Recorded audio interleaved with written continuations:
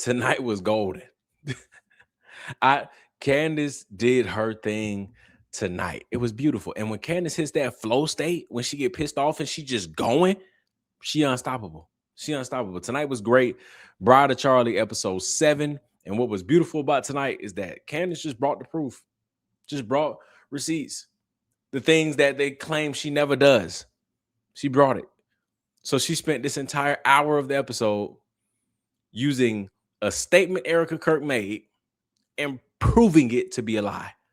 And all the Shalami soldiers swear up and down she never provides proof. Baseless theories, baseless this, baseless that. Where's the proof? Here's an entire episode of Candace proving Erika to be a pathological liar. Now, what are the Shalami soldiers going to do? We already know this. They're going to say, well, why does it matter? Why does it matter that Erika had boyfriends? Why does it matter? Well, that's because she lied on national TV and said she never had a boyfriend. She didn't date anybody for 5 years. That's why it matters. And then it turns out that she dated multiple people in those 5 years, not just one, multiple. So it matters. Because what did you lie for? Mind you, we wouldn't even be in this situation if you just told the truth. Nobody cares about the boyfriends because that's what they're going to try to make it about. They deflect like crazy. The Salami soldiers are great at that. So they're going to twist it into, why are we caring about the boyfriends? What does that matter? Have you never had this? Have you? If she just came out and said, first off, nobody asked her about the boyfriend. She's the one that came out and said, I didn't date anybody for 5 years. She came out and said that. But if she were to just say, somehow the conversation came up and she were to just say, yeah, I've had boyfriends in the past. It didn't work out. And then I met Charlie and here we are today. That is no problem. But guess who decided to lie about it? And that is what came up to be proven a lie, is that you had multiple boyfriends. That's why we're here. Her lying. Not because of Candace bringing the proof and the facts that she was a liar. The fact that she lied is why we're here. But they love to deflect. But it was a great episode overall. We're going to hit on a couple of different things. Make sure you guys hit the like button, subscribe to the channel. I appreciate y'all's support as usual. I also wanted to take this time. I don't even think I ever acknowledged it. Candace liked one of the videos.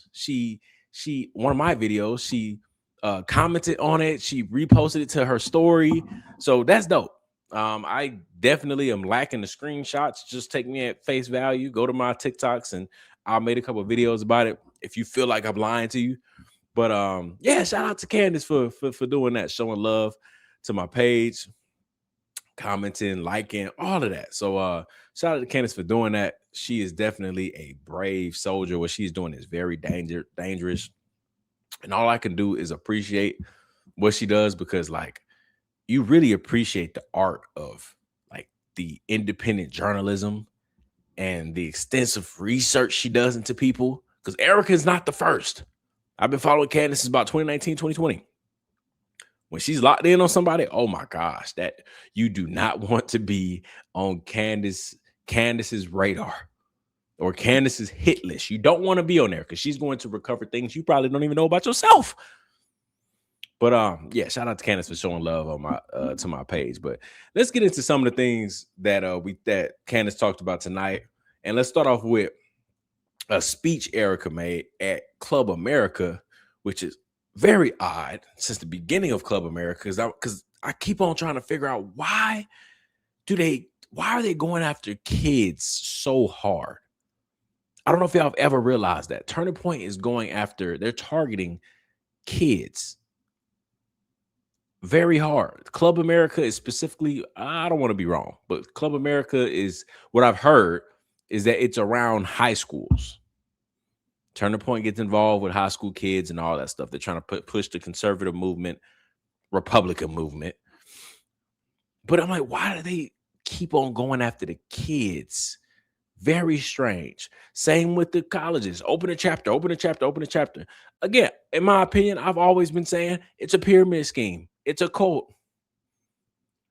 It's a reason why nobody at Turning Point is 45 working there, because the Republican Party has no age limit. It's the Republican Party. being a conservative. It's more older people than high schoolers when it comes to conservative movement and Republicans and stuff like that, and any type of politics. But for some reason, they want to go after these young kids and have them work endless hours. That one employee that got fired said she was one of the longest working employees there, and it was only 5 years. She said the average lifespan of an employee was a year and a half to 2 years. That is because all of them are young. And I've worked in a cult before. When it's a lot of young people in the building, it's a reason. It's a pyramid scheme. They're exploiting these kids. They're using them, manipulating them. She can talk to these kids and say, "You're my family. You're my family," and trick all these kids. Y'all know how it go. We've been talking about that. But she's speaking at this Club America event, and let's see what she has to say. I get this question too of, well, you were a stay-at-home mom and all this stuff, like that's what you should go back to doing or something like that. A lot of people don't realize that before I met Charlie, I had my own company, and I still do. And it was one of those things where I built it in a way where that when I got married and had children, it could run on its own. I didn't have to do day to day. I could check in, but I didn't have to do day to day. And that's the beautiful thing is, like, young women in here, if you do create a company or a business, you're an entrepreneur.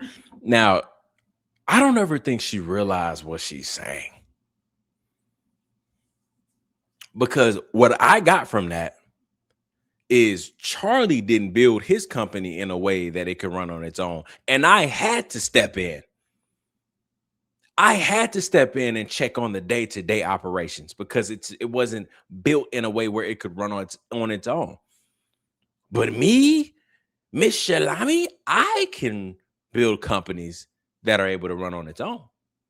I can do that because one day I'm going to have to focus on my kids and my family.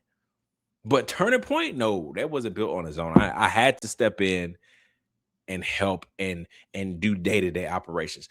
To me, it's a slight jab at Charlie, at Turning Point.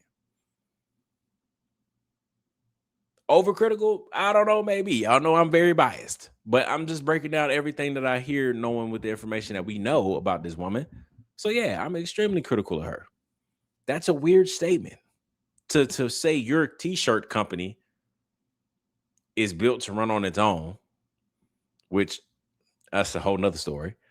But Turning Point, the multi-million dollar company, is not able to run on its own. And you had to be the specific person to step in and do day-to-day operations. Come on, I'm not buying that. Build it in a way that it sustains itself so that when you do find your husband and you have children, family, that's your main focus. You can have. Did Charlie not do that? Let's listen to it again. Do find your husband and you have children, family, that's your main, that it sustains women in here. If you do create a company or a business and you're an entrepreneur, build it in a way that it sustains itself so that when you do find your husband and you have children, family, that's your main focus. You can have your calling on the side of your company, but your main focus is your husband and your children. And there's something beautiful in that. And if I flip it, for a husband, his main focus is his family, his wife and his kids. So again, I don't think she realized what she's saying, or I'm just tripping. But you can't say, women, when you build a company, build it to way it can run on its own so you can focus on your family. It's not that hard. As she talks about how she has to all the time check in on Turning Point and run day-to-day operations because apparently that's not able to run itself. Slight jabs, in my opinion. Unfortunately, I did not see my life being like this. I didn't. So when people are like, oh, she's now this role, I'm honoring what the Lord has put in front of me, and I'm also honoring my husband's request. And now I have to be the sole provider for my children. And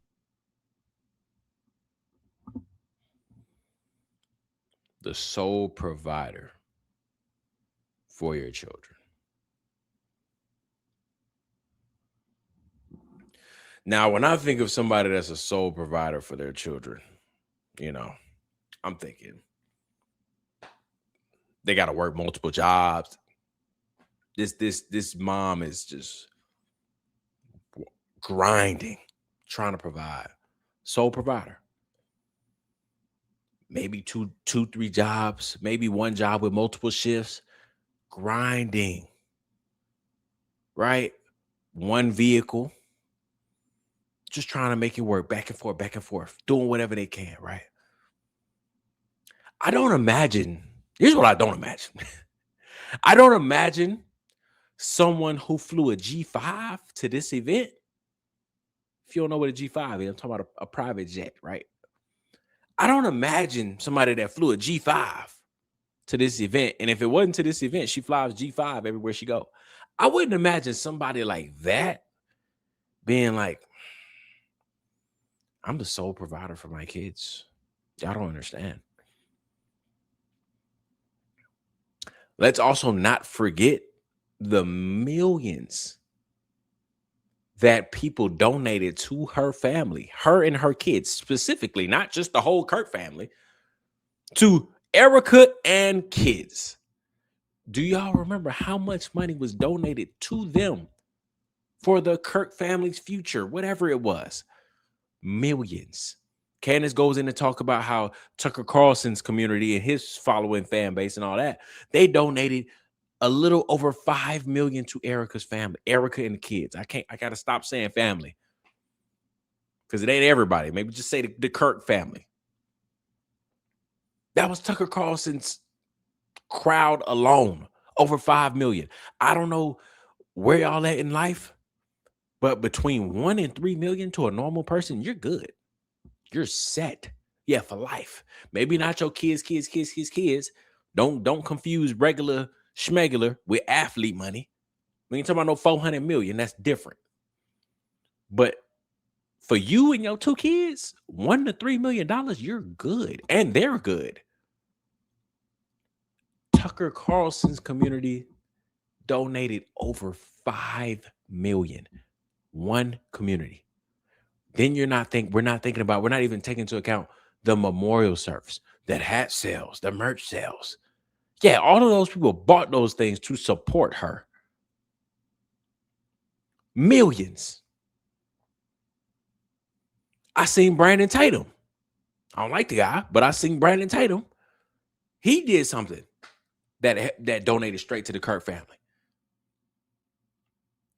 So she literally doesn't have to work at all ever again. I would assume that that's the point of the money coming in. Let this woman grieve. She's just lost, supposed to be the most important human being to her life, the father to her children. Let's donate as much as we can to allow her to grieve, not focus on money, don't focus on nothing. You don't have to work anymore. It sounded like a blessing. It makes sense. Just for her to get up on stage and say, I'm the sole provider for my children. You don't even have to spend a dime of your own money on your kids for the rest of your life, Shalami. You don't have to do a thing. The outside random strangers guaranteed financial success for your kids for the rest of their life, for their life. You long gone. They are good off of random strangers. And you up here making it seem like you worked a double shift at Waffle House every single night just to put gas in the car. It's this thing, bro, where people, they try to pull off this tactic like trauma bond to make it seem like we're the same. Understand where I'm coming from because we're no different. Yes, we are. Politicians do that all the time. When it's time for votes, elections to come around, oh, they love to, I come from where you are. I'm no different than you. Yes, you are. And if you approach me like that, knowing like, yes, I am different. Yes, you made it. You're a millionaire. You just looking for votes. This is how, if we could just be real for a second, these politicians can have a way better campaign. A lot of them. But that's what Erika's doing. She wants to make it seem like she's a single mom that's struggling. A single mom that works 2 jobs, that loves her kids. Yeah, y'all know what I'm talking about. Y'all know that show. She made it seem like she wanted them. And again, this is not a business card opportunity. There's something very, biblical and a woman honoring her husband and stepping up and standing in. I have an amazing team. I do, and I could not do it without them. Again, my focus is on making sure my children are amazing, young, biblically aligned little humans. How many times is she going to talk about biblically aligned, biblical this, biblical that? I'm not going to hold you. I could talk to my pastor about some real life stuff, and we can have a conversation without saying biblical every other word. Now, I could definitely be being overcritical at the moment on this particular topic of her saying biblical or something about all of that every sentence. Sure, maybe so. I'm just saying I could talk to my pastor, and I've been to plenty of different churches. I could talk to a pastor and it not have to, he won't say biblical, he won't say nothing like that every single sentence. That's what she's doing. She wants her kids to be biblically aligned little humans. Bro, they're kids, bro. They're kids. They're they're kids. I'll take the blame on that one. I'm being overcritical on this particular point. I'll take it on the chin. But again, you perspective, your life is so much greater than just this blip on a radar. And my focus is always making sure that everything that I'm doing is leading me closer to heaven, not further away from it.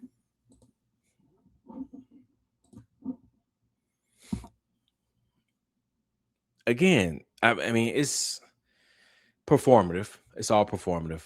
And Candace goes into talking about, she brings up the facts and she talks about her streetwear clothing and how it really wasn't that booming and successful to claim that it was running on its own and all that stuff.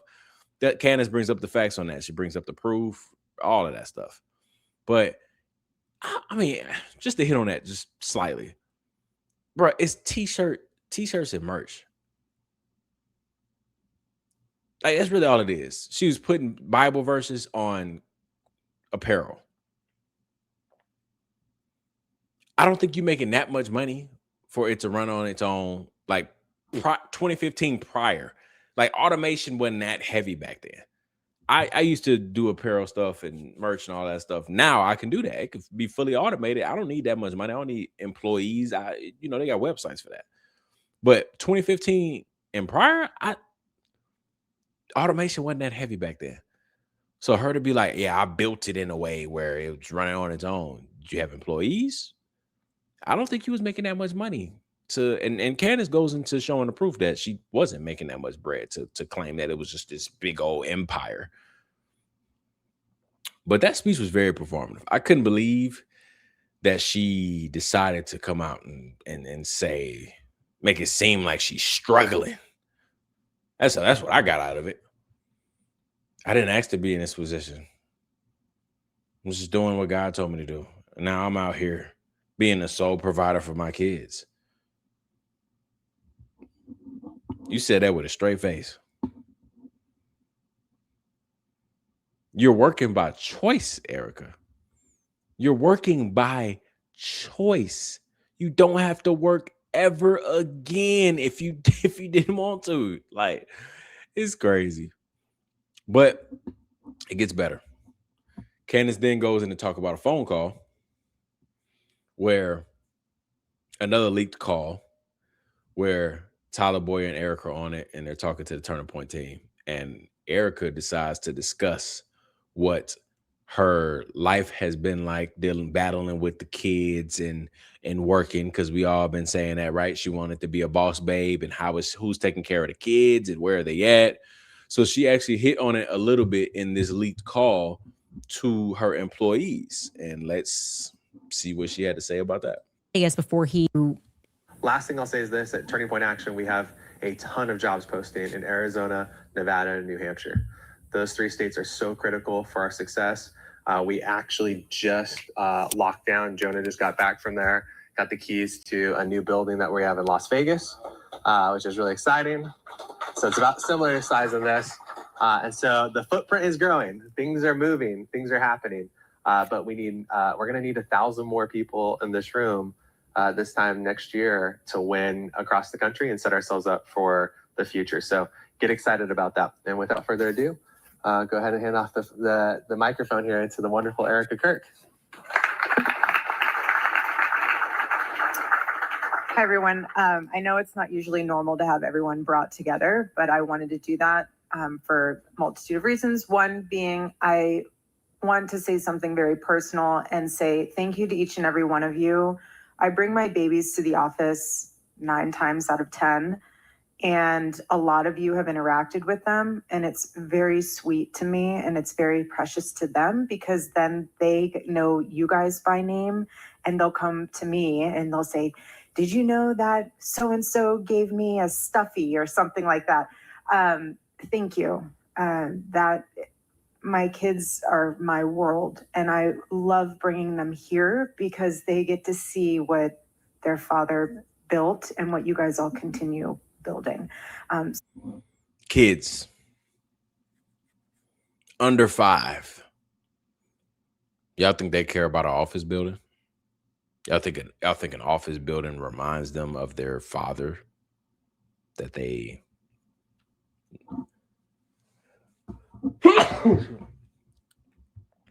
oh my gosh. I should hit the mute button, my bad. Y'all think that office building reminds them of their father? Y'all think kids under 5 are going around like, look at daddy's legacy? Oh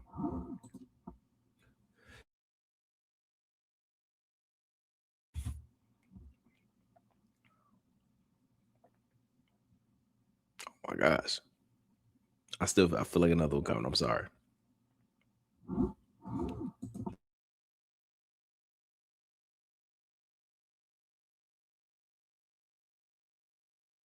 I don't know what that was. Excuse me though. Y'all think that kids under 5 are walking around admiring daddy's legacy? Oh, that's where he used to sit. That was his office. That's where he used to take lunch breaks. They're under 5, bro. Where they would remember dad the most is at home. Pictures at home. We used to play right here. Daddy used to play with me in the backyard right here. That would be way more comforting for 5 and under, for kids 5 and under. Not the corporate office. But it gets even more interesting because y'all remember how she said, my kids are interacting with y'all. And they come home and they say such and such was playing with me and all that. Her kids were interacting with her employees. Well, listen to this part. So that personally means a lot to me. I just want to say thank you for that. Also, I'm going to be doing something kind of like a lunch with your department style thing because it is on my heart so badly. I would love to sit down with each and every one of you individually. I want to know your name, your face, like.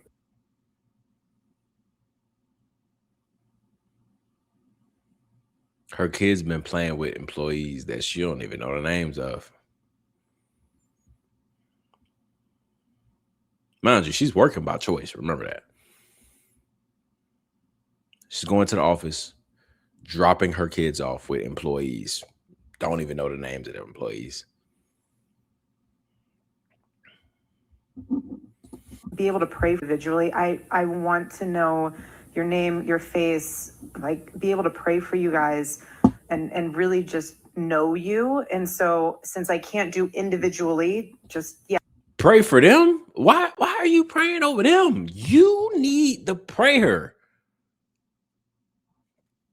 Oh my gosh, this is such like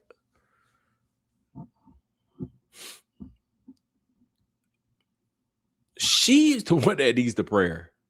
She needs the prayer. Because that would be a long day and time and month and year to do that. I'm going to be conjoining it through departments so we can make them very small and intimate, maybe 3 people at a time, and have lunch with you guys just to hear your heart and hear your stories about Charlie. To be honest with you, that would be amazing. And your memories with him. So that was one thing. Everybody doesn't know Charlie personally. Do you know how many employees Turning Point has? So like it's a manipulation thing. Even with the whole, I would love to get with you and pray over you and get to know you, bro. You're their boss, bro. You're their boss. If we ain't talking about a performance review, a raise, you're firing me, ain't nothing to talk about. Imagine walking in there and you see Erika Kirk sitting right there saying, I would love to pray over you. That's crazy. That's crazy. I would love to pray over you. Could you tell me some stories about Charlie? Do you have any? Lady, what? I'm the janitor. This lady's, she's thrown in the head. On my heart, why I wanted to also just bring you guys all together. And then again, if y'all haven't seen Candace, y'all can go see her reaction. She's just as pissed about Erika dropping her kids off with her employees and not knowing their names. Very strange. And then on top of that, she said the same thing. Like, kids would remember their father more at home, not at the corporate office. Now, the next thing that was another crazy bomb drop that we've already seen these videos, but Candace finally brought it up, is that Erika claimed that she was, she didn't date anybody for the last 5 years. Candace brings up a timeline showing that she brings up a timeline showing that Erika actually dated somebody each year in the 5 years that she said she never dated. And here's one of the guys. His name was JT Massey. We've seen this clip has been going around all over social media. You see the watermark in the top right. That's like Project Constitution. His Twitter or X is amazing. He always brings proof to a lot of things. But this is Erika with one of her boyfriends in the 5 years that she says she didn't date anybody. And let's just take a listen. Hi. Good morning, America. I've lived in China. I've lived in Chongqing. I've been to Romania. I've been to Croatia. Lived in Puerto Rico for a little bit. Really handsome. You look gorgeous. Are you fixing my... Just for anybody that maybe don't want to go do the research a little bit, all of those places that she just named, outside of maybe Croatia, but I can't confirm it. I can't remember. All of those places she lived because she was with her Hooper boyfriend. And she's on record saying, oh, I didn't live in China. I just visited China. But she's also on record saying, I did live in China. So she contradicts a lot about living in China. Then Justin Strife came out, that's affiliated with Erika Kirk, and says he's like the COC, something high up in Turning Point. He came out and texted Candace personally and said Erika never lived in China. So they never got their story straight, but she is on video saying many times that she did live in China. You just heard it. And there's more videos like this that she admits that she lived in China. But the point I'm bringing that up is that she lived in China because she was shacking it up with her Hooper boyfriend. But she makes it seem like she was living in China doing charity work and stuff like that in other videos. But again, another boyfriend, not this one, but another one. I got a little bacon. Babe, that's deep. Handsome. You look gorgeous. Are you fixing my... I got a little bacon. Babe, that's deep in there. Give them a cleavage. People want cleavage. Showcase it. Sex sells, babe. Sex sells. That's me. That's against our religion. It's not. It's within the... That's against our religion. He said it's not. She laughs.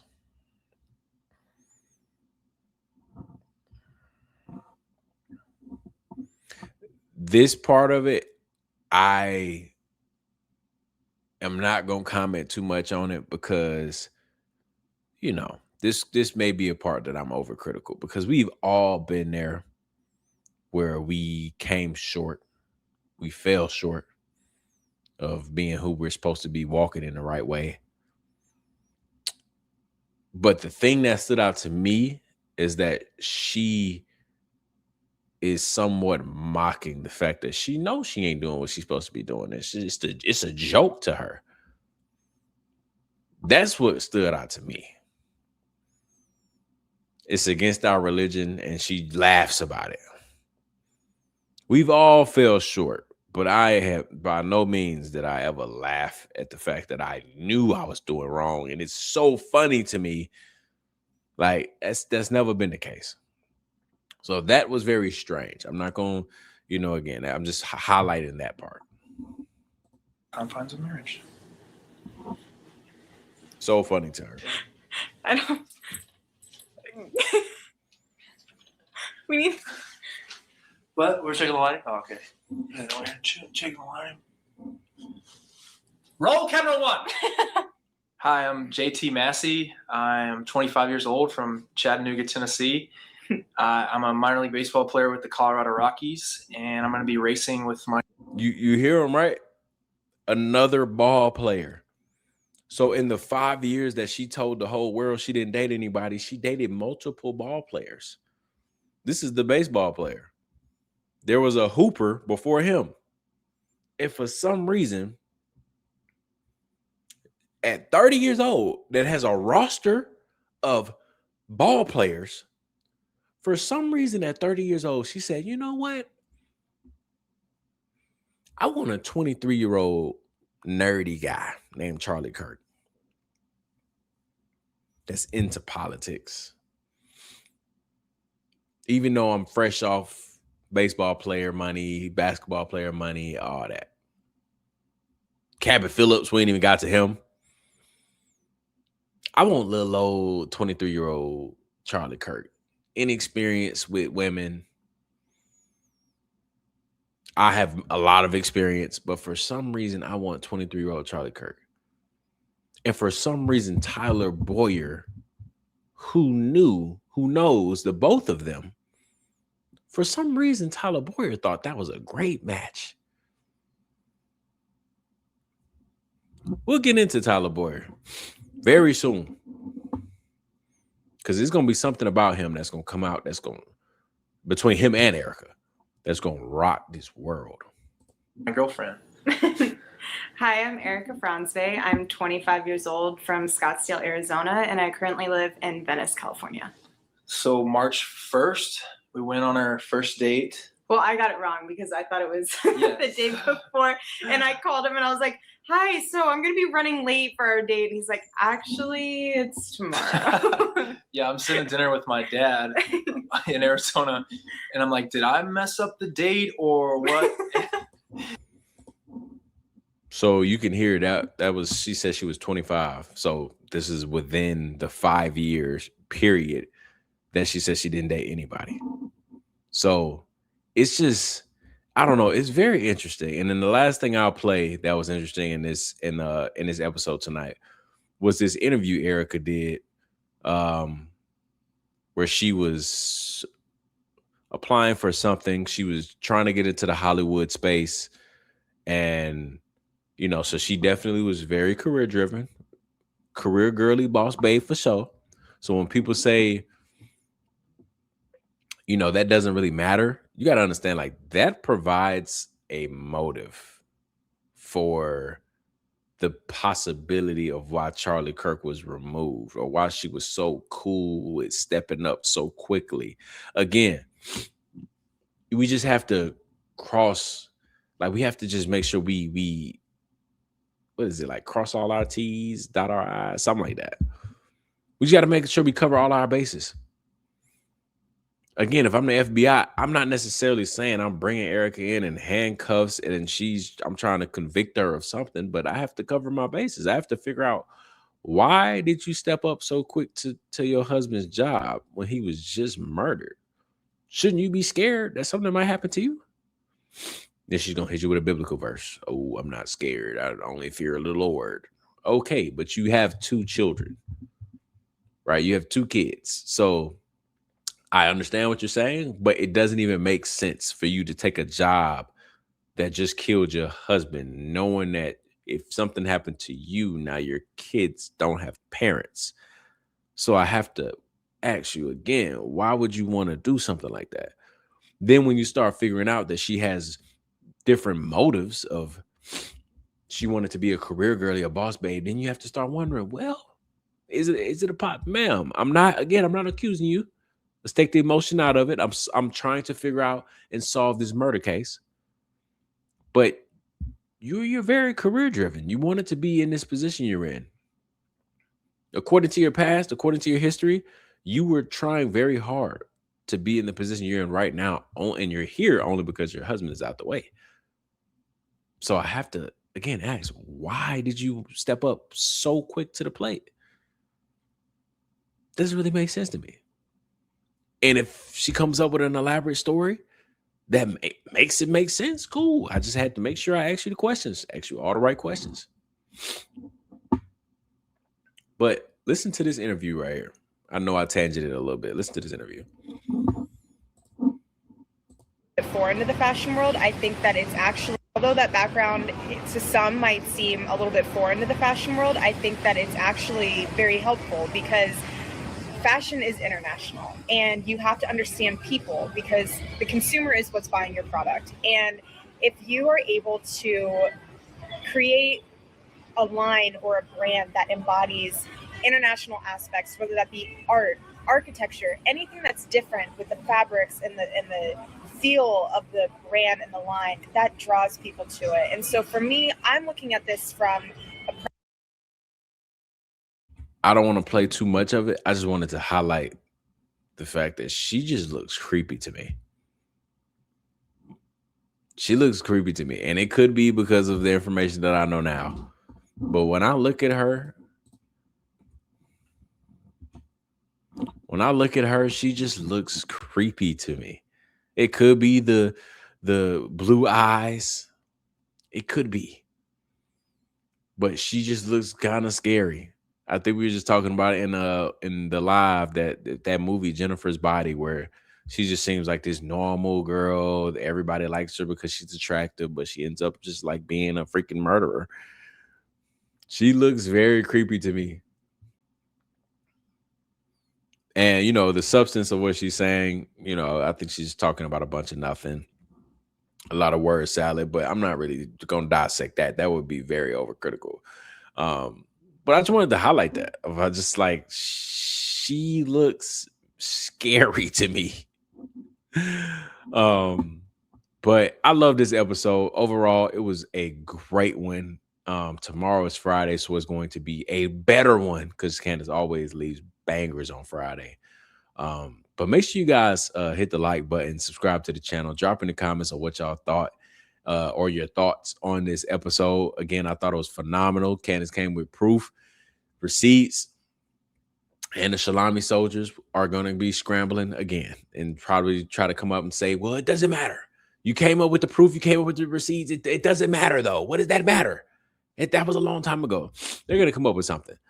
But make sure you guys comment what y'all think about this episode. Comment, you know, what do y'all think is going to be the ultimate result and what we find out about Erika Kirk, because we are approaching the years of when she meets Charlie. So we're getting close to the end. And I'm excited just to find out what the truth is. So I appreciate y'all for supporting, and I will definitely see y'all on the next one.